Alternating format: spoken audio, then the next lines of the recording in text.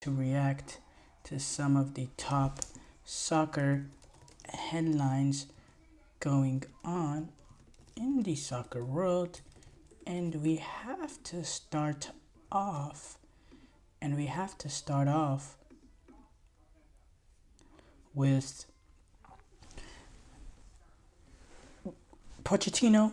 He will be coaching his first competitive game for the U.S. men's national team in St. Louis as they play in the Nations League quarterfinal home leg at City Park. It's going to be Pochettino's first home game in an official competition.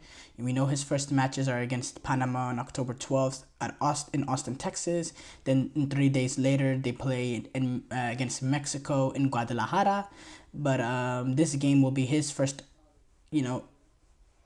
competitive game with the U.S. men's national team, and it'll be at home against St. Louis. It will be the first game of the two-leg series. The opponent has not been determined yet. It'll be determined by what happens in the group stages in October. This is the U.S. men's national team, by the way. That's they've won every single edition of the Nations League to this point in 2021, 2023, 2024. So yeah, Euro 2024. Let's go back to that review. Says Germany deserved the penalty against Spain. The report on the Euro 2024 issued by the UEFA's referee committee says that Germany should have been awarded the penalty for the handball by Marco Correa in that quarterfinal to Spain. It was UEFA. I don't understand why come out with this months later. I guess they want the temperature to cool down. But look, I don't think we need this to understand. That's a penalty. Cucurella's hand it doesn't have to be stretched to this extent for it to be a handball. Cucurella's stretched hand was, it made his body bigger.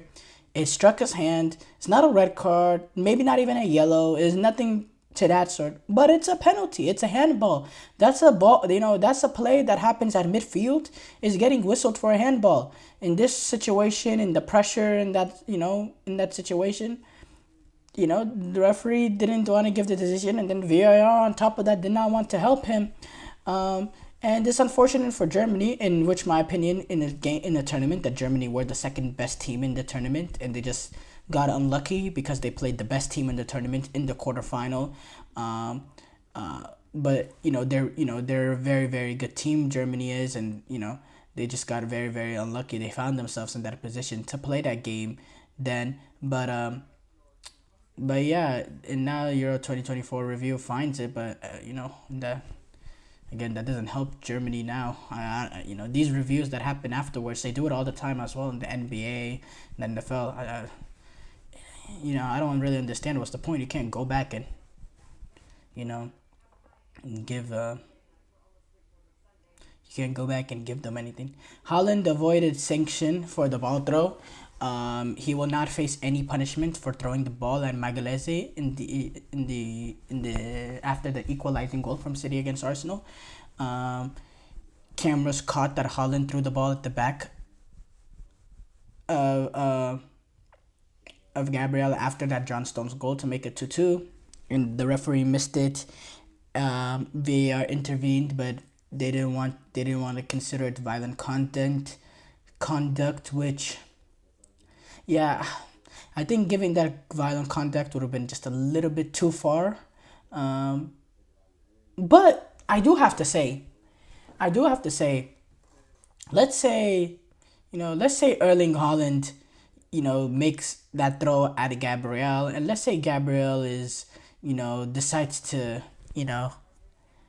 let's say he really, is bothered by it, and he sees a Haaland run away. He figures out it's Haaland, and he goes and chases after him, and he makes a big deal out of it.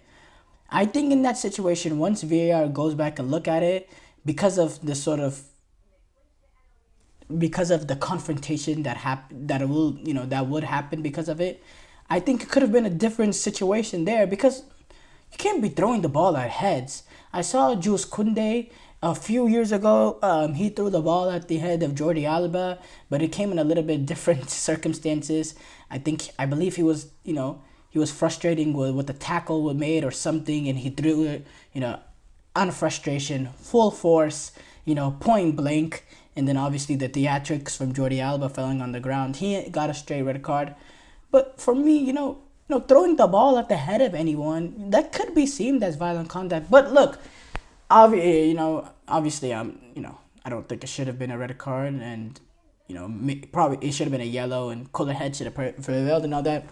But from Haaland's perspective, I still think it's very soft and weak and cowardly, as Ian Wright said. He has his back turned. And then you just, it's not only the fact that he has his back turned. Okay, if you want to do something on someone who has his back turned, I don't agree with it. I think it's cowardly, but okay. But what's even more weak, in my opinion, is how, and yes, they just scored a goal and he's going to celebrate and all that. But if you're going to do something like that, don't just go run off.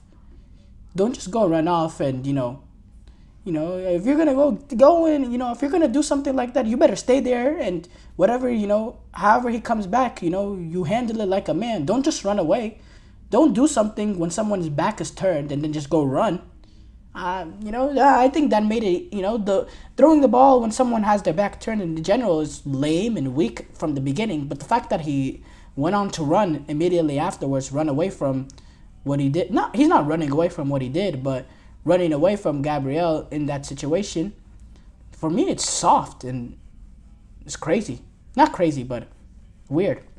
Fenerbahce coach Jose Mourinho has been labeled as the crying one by the Galatasaray fans after they lost 3-1 in the Istanbul derby, after Fenerbahce lost 3-1. And this was Fenerbahce's first Super League defeat of the season, and now they're already behind Galatasaray by 5 points. Mourinho, we know him. He described himself as the special one a lot, way back then during his, before his first spell at Chelsea, and then Galatasaray, they posted on their official Twitter account a photoshopped image of a book titled "The Crying One," and you see that from fans, and you see that from that's football, and yeah, that was something else that happened. But thank you guys for tuning into the GSMC Soccer Podcast presented by the GSMC Sports Network. Your support means a lot to us, so please remember to subscribe to the show and leave a positive review. It really does make a difference. We also invite you to follow us on Facebook, Twitter, TikTok, and Instagram for more content and updates. So thank you once again, and have a wonderful, wonderful day.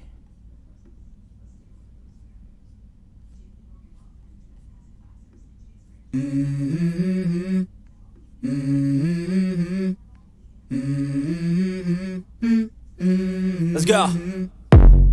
I wake up to a little bit of drool on my